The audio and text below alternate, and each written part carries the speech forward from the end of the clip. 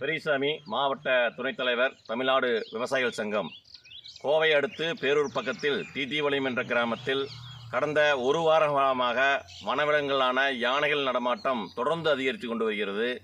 நேற்று இரவு பெருமாள்சாமி என்பவர் தோட்டத்தில் புகுந்த காட்டு யானைகள் அரை ஏக்கருக்கு மேலே பயிர் செய்யப்பட்ட பீக்கங்காயை முழுமையாக சேதப்படுத்திவிட்டது. இன்று 5க்கும் மேற்பட்ட யானைகள் அதே தோட்டத்தில் புகுந்து கிட்டத்தட்ட 1,50,000 ரூபாய் இழப்பீடு ஆகும் வரையில் அந்த பயிர் சேதம் ஏற்படுத்தியிருக்கிறது. பீக்கங்காய் பயிரானது 6 மாத காலம். அதை பயிர் செய்வதற்கு கிட்டத்தட்ட ஒரு ஏக்கருக்கு 1 லட்சம் வரை முட்டுவலி செலவாகிறது. இதனால் விவசாயி கிட்டத்தட்ட 1,50,000 லட்சத்துக்கு மேலே பொருளாதார நஷ்டீடு ஏற்பட்ட வகையில் அந்த விவசாயி பெரும் பாதிப்புக்கு உள்ளாகியிருக்கிறார்கள். நாங்கள் தொடர்ந்து இந்த வனவிலங்குகளை கட்டுப்படுத்த நடவடிக்கை எடுக்க வேண்டும் என்று கேட்டுக்கொண்டாலும் கூட வனத்துறை அதிகாரியிடம் போதிய திட்டங்கள் இல்லாததனால் இந்த வனவிலங்குகள் வெயில் காலத்தில் நீருக்காக, உணவுக்காக மலையை விட்டு வெளியேறி கொண்டிருக்கிறது. இது அன்றாடம் வாடிக்கையான விஷயமாக இருக்கிறது.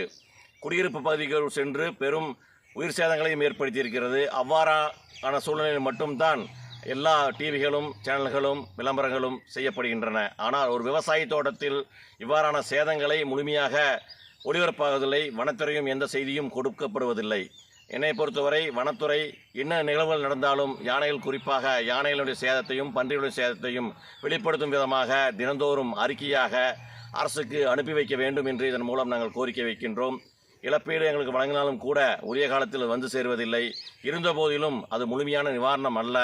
தொடர்ந்து நாங்கள் விவசாயம் செய்ய வேண்டும் என்று சொன்னால் இதுபோன்ற பயிர் சேதங்களை வனத்துறை கட்டுப்படுத்த வேண்டும்.